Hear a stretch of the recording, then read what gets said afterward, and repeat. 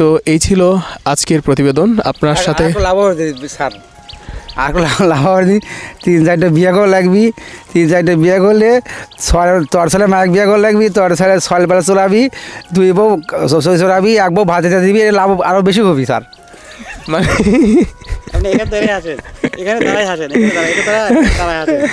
তার মানে আপনি বলতে চাচ্ছেন যে যারা খামারি হবে তাদের 2-3টা বউ লাগবে? 2-3টা বউ লাগবে, তোর সালে মায়ের বিয়ে করে লাগবে, সলেরা চড়াবে, 3 বউয়ের মধ্যে 1 বউ ভাত আনবে আর 2 বউ চড়াবে, তাহলে আপনার কিষেন বাইট লাগবে না, টাকা অনেক কামাই হবে, ডবল লাভ হবে। তো খামারের মুখে অত্যন্ত হাসি, তিনি এমন একটা কথা বলেছেন, হাস্যকর কথা। বিসমিল্লাহির রহমানির রহিম। সুপ্রিয় দর্শক, খামারি ভাই বোন বন্ধুরা, কাছে এবং দূরে, দেশে অথবা দেশের বাইরে, যে যেখান থেকে আমাদের বাংলা খামার ইউটিউব চ্যানেলের নিয়মিত প্রতিবেদন সফল উদ্যোক্তার সন্ধানে আজকের এই প্রতিবেদন দেখছেন, সবাইকে জানাই আমি শেখ ইব্রাহিম আমার অন্তরের অন্তঃস্থল থেকে মোবারকবাদ এবং সালাম। আসসালামু আলাইকুম। আশা নয় বিশ্বাস সবাই ভালো আছেন, সুস্থ আছেন, আপনাদের দোয়ায় আমিও ভালো আছি আলহামদুলিল্লাহ। আজকের এই প্রতিবেদনে আমরা উপস্থিত হয়েছি নাটোরের সিংড়ার প্রত্যন্ত এলাকা চলনবিলে আমরা রয়েছি একজন খামারির কাছে। ওনার মুখ থেকে আমরা শুনবো আসলে হাঁস খামারে লাভ নাকি লস, কোন জাতের বাচ্চা দিয়ে শুরু করলে আপনি লাভবান হবেন, বা কী জাতের হাঁস বেশি ডিম দেয়, এই সংক্রান্ত নানান তথ্য জানবো। আজকে আমাদের সাথে উপস্থিত রয়েছেন প্রধান হ্যাচারির কর্ণধর সার্জেন্ট মোহাম্মদ জহিরুল ইসলাম রাজু, অবসরপ্রাপ্ত বাংলাদেশ সেনাবাহিনী। উনি একজন অভিজ্ঞ পার্সন। এছাড়াও খামারির মুখ থেকে খামার পেশায় লাভ কিনা লস, কোন জাতের বাচ্চা দিয়ে শুরু করলে পারে আপনার ভালো হবে, লাভবান হবেন, কোন জাতের হাঁস বেশি ডিম দেয়, এই সংক্রান্ত নানান তথ্য জানবো আজকের এই প্রতিবেদনে। আজকের এই প্রতিবেদন জুড়ে থাকবো আমি শেখ ইব্রাহিম। আপনাদেরকে ভালো ভালো মেসেজ দেওয়ার জন্য চেষ্টা করব অভিজ্ঞ ব্যক্তিদের কাছ থেকে। আজকের এই ভিডিওটি অনেক গুরুত্বপূর্ণ হবে, এর জন্যই ভিডিওটি না টেনে সম্পূর্ণ ভিডিও দেখবেন। তো চলুন বেশি কথা না বাড়িয়ে চলে যাই মূল প্রতিবেদনে।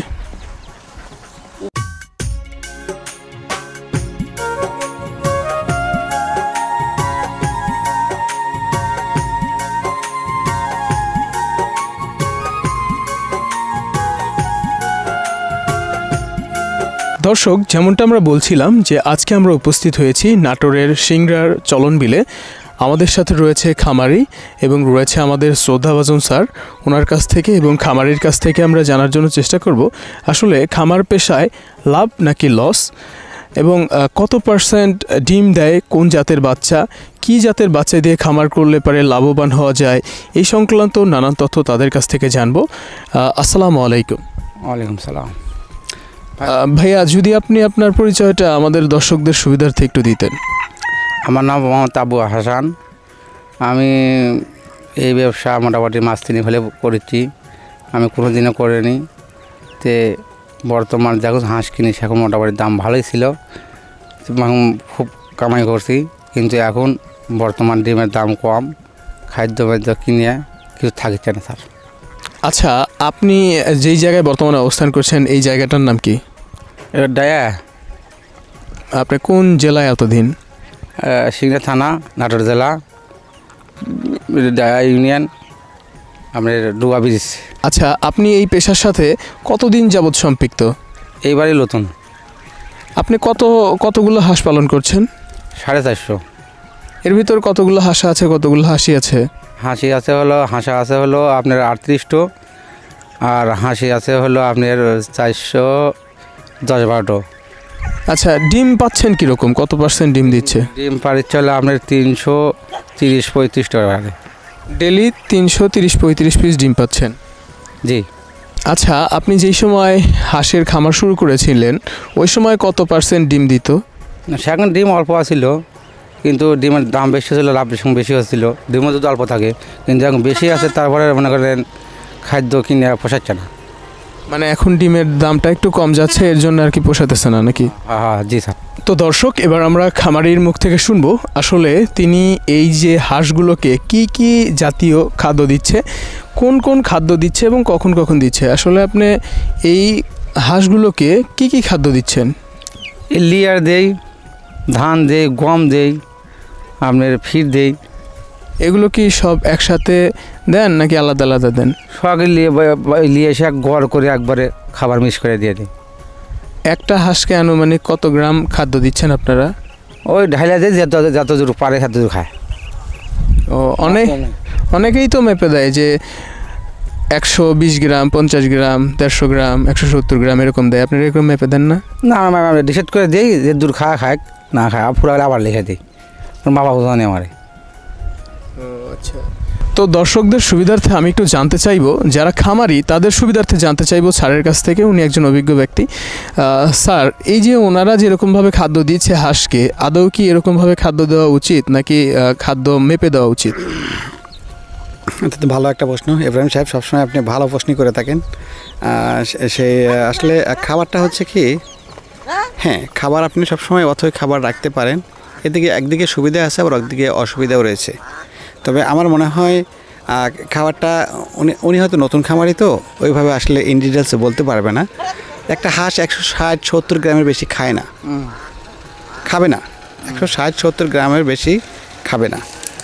তো মোট কথা হচ্ছে আপনি ম্যাপেও দিলে দেখাবে, মাপে না দিলেও তাই খাবে। তবে 3টা ওক্তে অনেক সময় অনেকেই 3 বেলা খাবার দেয়, একটা নির্দিষ্ট টাইমে খাবার দেয়। মানে অভ্যাস, তো মানুষ যেমন অভ্যাসের দাস, ঠিক আছে, হাঁসেরও সেম। আপনি এক সময় দুপুরের সময় সকালবেলা খাবার দিলেন, দুপুরে খাবার দিলেন, বিকেলে ঘরে উঠানোর আগে একবার খাবার দিলেন, ওই সেম খাবারই খাবে। আবার যদি অঢালভাবে রেখে দেন তাও কিন্তু সেম খাবারই খাবে। স্যার, আপনাকে অসংখ্য ধন্যবাদ। যে কেউ চাইলে পারে, অনেকেই মানে পরিমাণ মতো মেপে খাদ্য দেয় হাঁসকে, আবার অনেকেই আনলিমিটেড ওনার মতো দিয়ে রাখে। তো আপনি বলতে চাচ্ছেন যে দুইটাতেই কোনো সমস্যা নেই? সমস্যা নেই। দর্শক, যেমনটা আমি বলছিলাম যে আসলে হাঁস খামার করা লাভ নাকি লস, এই যে হাঁস খামার পেশা সারা বাংলাদেশে প্রচুর পরিমাণ একটা জনপ্রিয়তা অর্জন করেছে। এখানে আসলে লাভ কিনা লস সেটা তার কাছ থেকে আমরা জানবো। তো ভাইয়া, আসলে এই হাঁস খামারে, এই যে খামারি একটা পেশা, হাঁসের খামারি, এটাতে আসলে লাভ নাকি লস? না, এখন কিনে খেলে না, এখন লাভ কমই। যখন মাঠে খাবি সেখন আপনার হয়তো লাভটা বেশি হবে। তো আপনি বলতে চাচ্ছেন যে হাঁস খামারে লাভ আছে নাকি? লাভ আছে, মানে কিস্তি মিস্তি তুলে লোন করে তুলে হাঁস মুশকিলে মরে গেলে সেখন সমস্যা, বোঝেন না? এনে ক্যাশটা দেখে নেওয়া লাগবি, ক্যাশটা দেওয়া থাকা লাগবে সবসময়। কিস্তি মিস্তি তুলে গেলে সই মারা গেলে সেখন সমস্যা পড়ে যায়, সেগুলো লোকটা ঘাটতি পড়ে যায়। ও, তার মানে বলতে চাচ্ছেন যে লোন না নিয়ে যদি আপনার নিজস্ব অর্থায়ন থাকে, যেই টাকাটা আপনি বিনিয়োগ করলে আপনি যদিও বা লসের সম্মুখীন হন, তাহলে আপনার বড় ধরনের কোনো ক্ষতি হবে না, এরকম করবে। হ্যাঁ জি স্যার। স্যার, আপনি খামারি যেই কথাটা বললো, যেই ভাষ্য রাখলো, এর মতে আপনি কি বলেন? আসলে যারা নতুন খামারি হতে চাচ্ছে, যারা উদ্যোগ নিচ্ছে যে খামারি হবে, আসলে এই খামার পেশায় লাভ নাকি লস? আপনি তো বাংলাদেশের সকল খামারিদের পাশে দাঁড়ান, তাদের সাথে ঘুরে বেড়ান, তাদের সাথে মত বিনিময় করেন। তো আপনি এই বিষয়ে কি বলেন যে এই যে খামার পেশা, এখানে লাভ নাকি লস? দেখেন ইব্রাহিম সাহেব, আসলে বাংলাদেশের সকল পর্যায়ে খামারদের সাথে আমার ইচ্ছা থাকা সত্ত্বেও কিন্তু যাইতে পারি না। আমি অত বড় মানুষ হয়ে উঠিনি এখনও, একজন নগণ্য ব্যক্তি। তবে চেষ্টা করি মানুষের পাশে দাঁড়ানোর জন্য, খামারিদের পাশে দাঁড়ানোর জন্য। তো খামার পেশা আসলে আমার দৃষ্টিতে লাভ আছে, অবশ্যই লাভ আছে। আমি চ্যালেঞ্জ দিয়ে বলবো যে খামার পেশায় কেউ যদি সঠিক নিয়ম কারণ মেনে খামার করে, অবশ্যই লাভ আছে। তবে হ্যাঁ, লাভটা কখন বেশি হবে? ভাই অত্যন্ত একটা গুরুত্বপূর্ণ কথা বলছে যে আমার এমিটেন্স নাই, মানে আমার পুঁজি নাই, আমার কাছে গচ্ছিত টাকা নাই। দেখা গেছে আমি ঋণ করে খামার করলাম। যে কোনো পর্যায়ে হাঁসের মানুষ যেহেতু রোগবেলায় আছে, হাঁস ও প্রাণী ওরও একটা রোগবেলায় আছে। যে কোনো আলাদা না করে কোনো ক্ষতিগ্রস্ত যখন হয়ে যায়, তখন কিন্তু ওই লোকটা ঋণগ্রস্ত একদিকে হাঁস ক্ষতিগ্রস্ত হয়ে গেল, ওভারঅল মিলে কিন্তু সে পুরোটাই মিলে একদম গোলতাল মিলে একদম লস প্রজেক্ট। কিন্তু প্রকৃতপক্ষে হাঁস খামারে কখনো লস না। যদি আপনি বদ্ধভাবে খাওয়ান তাও আপনি লসে হবেন না। যদি চরণভূমি আপনার ভালো থাকে, খোলা মাঠে খাওয়াতে পারেন, যেমন ভাইরা কিন্তু বছরের সিংহভাগ সময় এখানে চলন বিলে কিন্তু সিংহভাগ মানে সময়, এখানে সিংহভাগ সময় জুড়ে এখানে শামুক পাওয়া যায়। যখন ধান কাটে তখন খোলা মাঠ, বিস্তীর্ণ খোলা মাঠ থাকে, তখন মাঠে চড়াতে পারতেছে। মানে কি বলবো, বছরের 1/3 মানে তিন ভাগের দুই ভাগ সময় তারা মাঠে চড়ায়, আর একটা ভাগ সময় আসলে আবদ্ধ হওয়া অবস্থায় থাকে। হ্যাঁ, কেউ যদি আবদ্ধ অবস্থায় রেখেও হাঁস সঠিকভাবে নিয়মকানুন পালন করে হাঁস পালে এখান থেকে অবশ্যই লাভ হওয়া সম্ভব। তো স্যারের মুখ থেকে আমরা শুনলাম এবং খামারের মুখ থেকে শুনলাম প্রিয় দর্শক, যে এই খামার পেশায় যদি কেউ সম্পৃক্ত হয় তাহলে অবশ্যই এখানে লাভ রয়েছে এবং এখানে ভালো একটা জায়গা রয়েছে, ভালো একটা অবস্থান রয়েছে, যেই জায়গা থেকে আপনি ভবিষ্যতে ভালো কিছু করতে পারবেন। খামার পেশা মোটেও খারাপ কোনো কিছুই নয়। স্যারের মুখ থেকে শুনলাম এবং খামারের মুখ থেকে শুনলাম, শুনে অবশ্যই ভালো লাগলো। তো স্যারকেও অসংখ্য ধন্যবাদ। স্যারকে দেখি যে বাংলাদেশের সকল খামারিদের পাশে থাকেন। আসলে আপনার এই যে কাজটা, এটা কি সারা জীবন চলমান থাকবে বা আপনি কি সারা জীবনই খামারিদের পাশে থাকতে চান কিনা, যদি দর্শকদের সুবিধার্থে একটু জানা দেন। ইব্রাহিম সাহেব, আসলে এটা আমার একদম একটা নেশায় পরিণত হয়ে গিয়েছে, পেশা নয়। এখন আমার এটা পেশা হিসেবে নিয়ে নিই, এটা আমার এখন নেশা। খামারদের পাশে যাওয়া প্রতিনিয়ত আমার এখন নেশা হয়ে গিয়েছে। তো আমি চাই আমার আল্লাহ যতদিন আমাকে হাত দিয়েছে আমি ততদিন খামারিদের পাশে থাকতে, খামারিদের সাথে থাকতে। ইনশাল্লাহ থাকবো খামারিদের পাশে। যাক, আলহামদুলিল্লাহ, স্যারের কথা শুনে ভালো লাগলো। স্যার অন্য কোনো প্রতিবেদনে আপনার সাথে দেখা হবে ইনশাআল্লাহ। তো দর্শক, যেমনটা শুনছিলেন যে খামারের মুখ থেকে এবং স্যারের মুখ থেকে, খামার পেশা মোটেও খারাপ নয়, খামার পেশা খুবই ভালো একটি পেশা। এখান থেকে ভালো একটি জায়গা রয়েছে, আপনি ভালো টাকা এখান থেকে ইনকাম করতে পারবেন। তবে আপনাকে কঠোর পরিশ্রমী হতে হবে। প্রথমত খামারি হতে হলে আপনাকে এই সকল বিষয়ে, খামার বিষয়ে, হাঁস বিষয়ক, প্রথমত আগে সাধারণ কিছু জ্ঞানের দরকার। যেই জ্ঞান থাকলে পরে আপনি নিজেকে সফল একজন খামারিতে রূপ দিতে পারবেন বলে আমি মনে করি।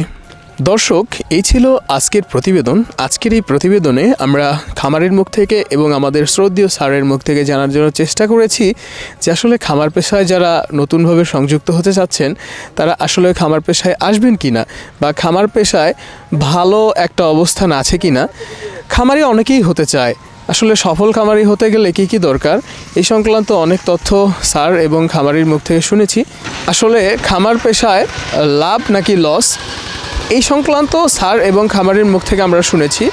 আপনারা শুনলেন যে খামার পেশায় কিন্তু মোটেও লস নেই, খামার পেশায় লাভ। যদি আপনি আবদ্ধ অবস্থায় খাওয়ান হাঁসকে তবুও লাভ, আপনি যদি খোলা মাঠে বিস্তার করে খাওয়ান তবুও লাভ। এখানে লসের কোনো অপশন নেই বলে আমি মনে করি, এবং অভিজ্ঞ ব্যক্তিরাও মনে করেন যে খামার পেশায় লস বলতে কোনো কিছু নেই। অনেক আগে 90-এর দশকে একটা সময় হয়তো বা হাঁসের অনেক রোগ হতো, মানুষ রোগ নিয়ন্ত্রণ করতে পারতো না, ওই সময় খামারির লস হতো, খামারির লস গুনতে হতো। কিন্তু বর্তমান সময়ে এসে আর খামারির লস হয় না।